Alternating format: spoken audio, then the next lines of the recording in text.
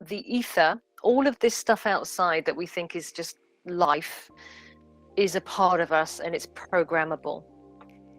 So we program from the I am space, and that's where we go into when we practice our mindful coherence every day. We get into stillness. But what came in this morning for me is this beautiful notice. It's actually a new post by a physicist called Nassim Haramein. Hi, Herschel. And I follow him on Instagram. So bear with me, it's a bit sciencey. A recent study has revealed universal scaling laws in the cellular anatomy of the brain, supporting accumulating empirical studies that are showing that the brain is poised at a critical state between two phases.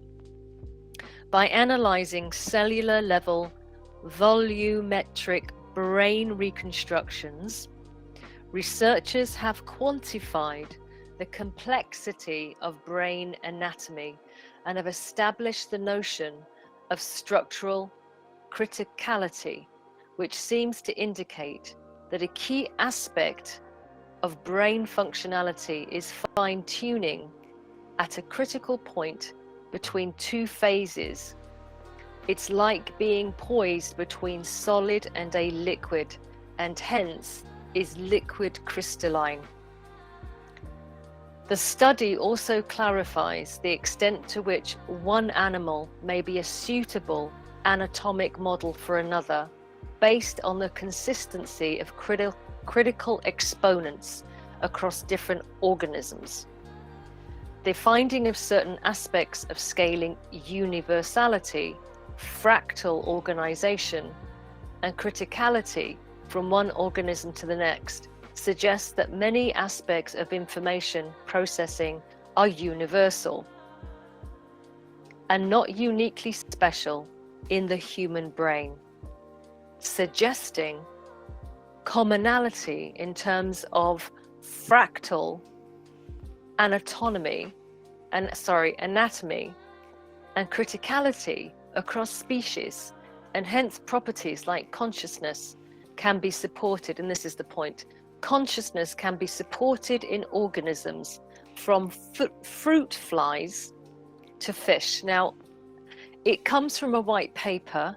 It's peer reviewed. It's a scientific study, so it's a little heavy on the language, but essentially, it's the idea that the brain organizes it. The human brain organizes itself in fractals, the way that the known universe is set up. So we're literally a fractal, a micro of the macro, and that the potentiality for any and all species to be quote unquote sentient, conscious, lucid is there.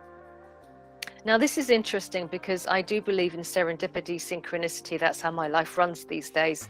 I woke up this morning and I remembered something that was inspired by the Nine that I work with. And it came out about, I wrote this about 5 years ago, and it was, have you ever come across an animal? It can be a dog, it can be any kind, it could be a bird in the garden,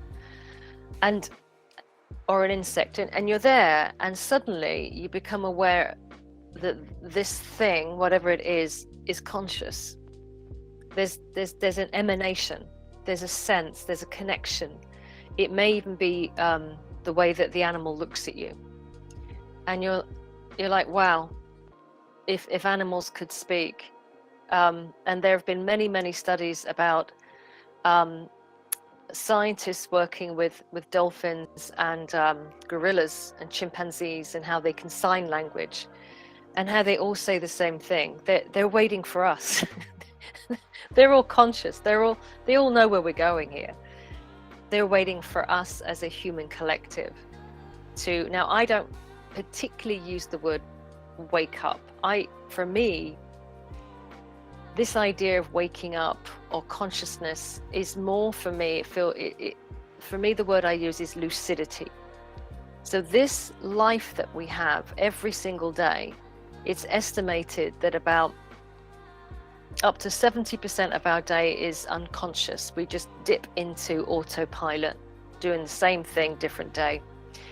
So that to me is just a dayscape. You've got the nightscape, the dreamscape, and then you've got the the daydream.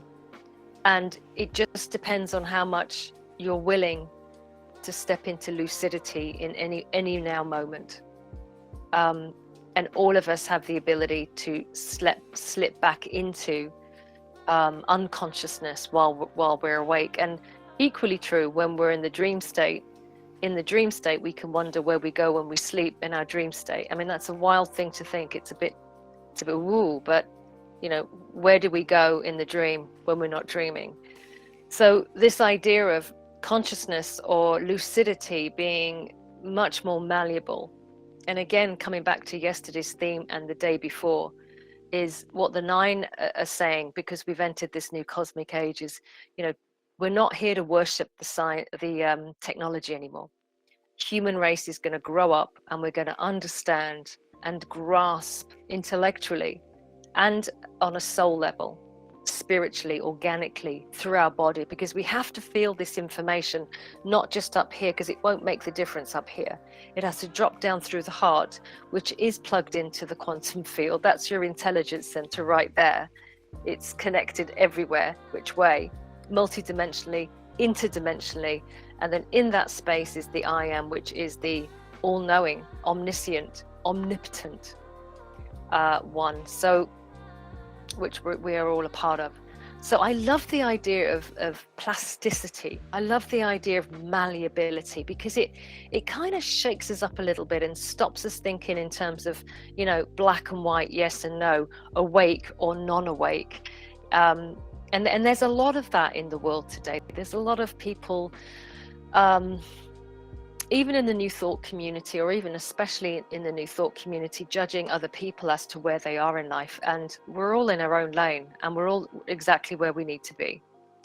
So our only job is to live out loud. That's our only job, is to live out loud and be a part of the collective that is ready to step into this beautiful, beautiful cosmic age where we begin to really understand everything. But yeah, so just, if you can today, just hold that thought, you know, how lucid am I today? Be mindful of where you go. And we don't try to hold a state, we flow, but we become that I am observer. So we just see how our day flows, and also being open to the sentience and the lucidity, not just of animals and insects and plant life, but with each other, you know, respecting the lucidity of another human being, no matter how they live their life. That's their pathway. That's omnism. There's a great tolerance for the many paths, and that is just going to become much more of a collective experience. We're just going to become more tolerant, and actually through that tolerance, we're going to break down all the barriers, because it's not going to be about I'm being right and you're being